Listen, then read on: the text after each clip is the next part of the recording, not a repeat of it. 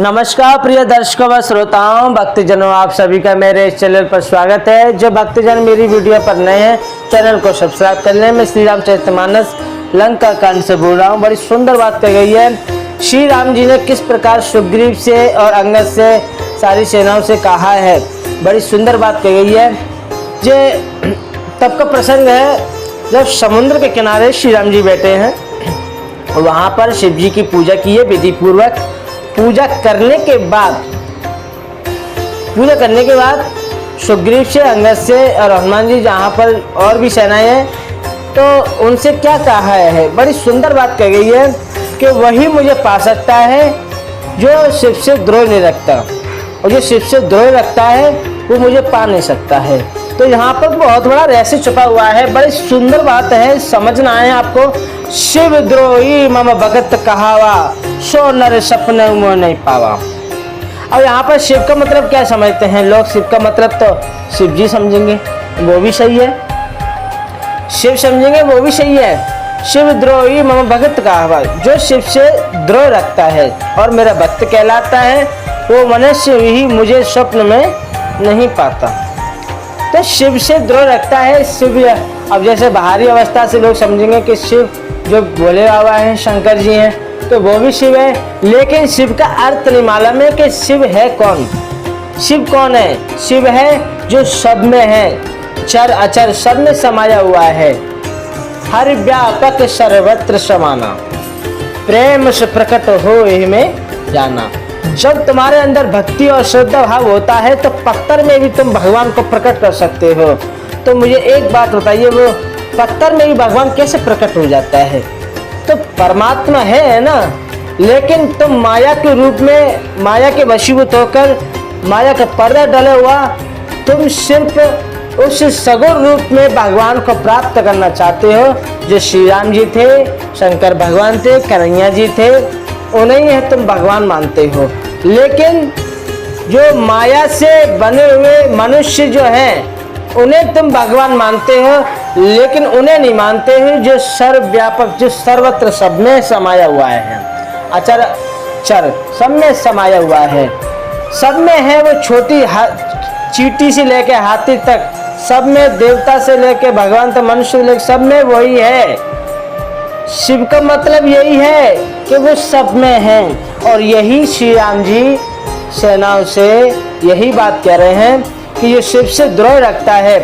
किसी भी प्राणी से, किसी भी जीव से, या किसी देवता से, किसी से भी द्वेष करता है या ईर्ष्या करता है और मेरा भक्त बनता है, वो मनुष्य मुझे स्वप्न में भी नहीं पा सकता। शंकर जी से विमुख होकर विरोध करके जो मेरी भक्ति चाहता है, जो लोग अपने आप में अभिमान करते हैं, लोगों से द्वेष करते हैं, फलाना ऐसा है, वो कितना बेकार है, उसकी प्रवृत्ति कितनी खराब है, और तुम बड़े पुजारी बनते हो, पूजा करते हो, पाठ करते हो, और लोगों के अंदर तुम द्वेष देखते हो। द्वेष जो देखते हो ना, तो यही सबसे बड़ी तुम्हारी कमी है, क्योंकि उसके अंदर भी भगवान है। अगर उसके अंदर भगवान ना हो तो वो जीवित कैसे है, वो चल फिर कैसे रहा है? तो इसी प्रकार से अपनी भावनाओं को बदलो। जिस किसी प्राणी को देखो, सब में परमात्मा ही देखो, किसी के अंदर द्वेष मत देखो। जिसने द्वेष देखना बंद कर दिया, वही परमात्मा को प्राप्त हो जाएगा, परमात्मा की भक्ति को पा जाएगा। और जो इस तरीके से रहते हैं, अपने अंदर अभिमान करते हैं, लोगों के अंदर कमियां देखते हैं, द्वेष देखते हैं, और वो चाहते हैं कि हम भगवान के भक्ति को पालें और उनके हम कहते भक्त बन जाएं, नहीं, वह नरकगामी, मूर्ख और अल्प बुद्धि के हैं। तो शिव द्रोही मम भगत कहावा, सो नर सपने मोह ना पावा।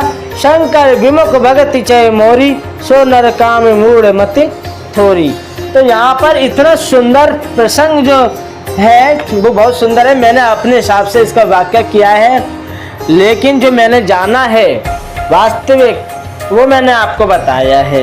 वास्तविक सत्य यही है, और आप इस चौपाई को बढ़िया तरीके से पढ़ें, अपने अंदर उतारें। जो वास्तविक, जो सब में परमात्मा को देखना चाहता है, और ईश्वर को जानना चाहता है तो वो दूसरों के अंदर से द्वेष ये छोड़ दे, कमियां छोड़ दे।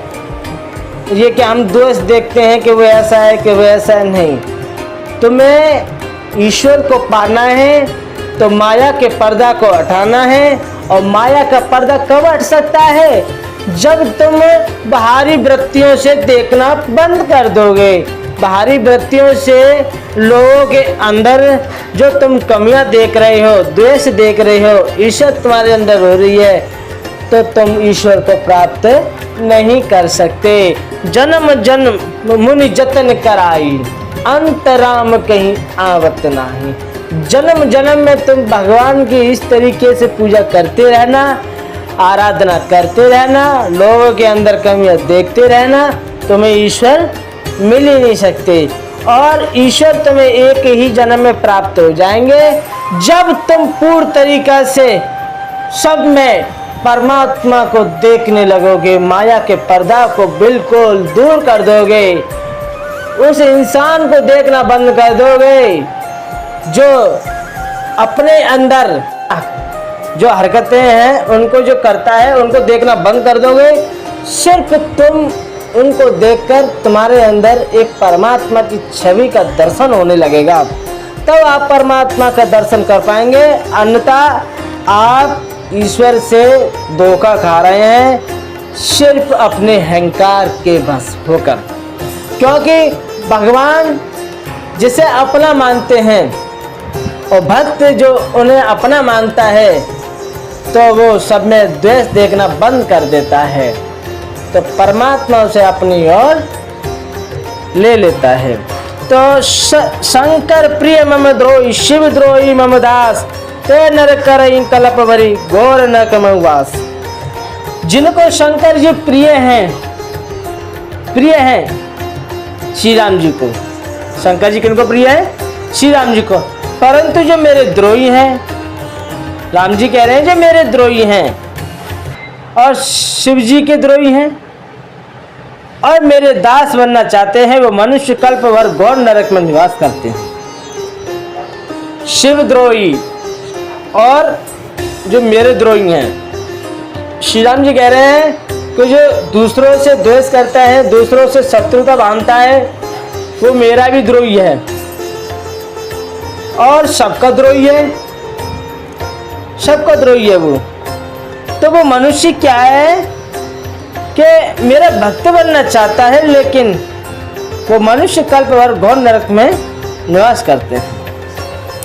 कितनी सुंदर बात है। और सुनिएगा, हो यह काम जो छल तज से ही, भगति मोर ही शंकर दे, मम कृत से तु जो दर्शन करही, शोभिन श्रम भव सागर तरही।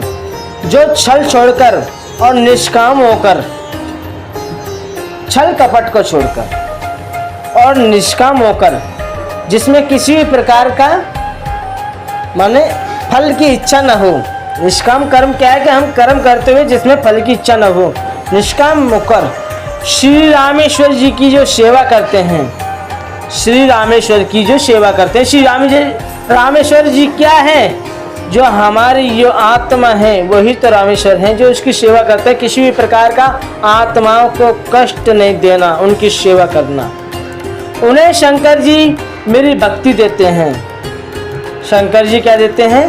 भक्ति।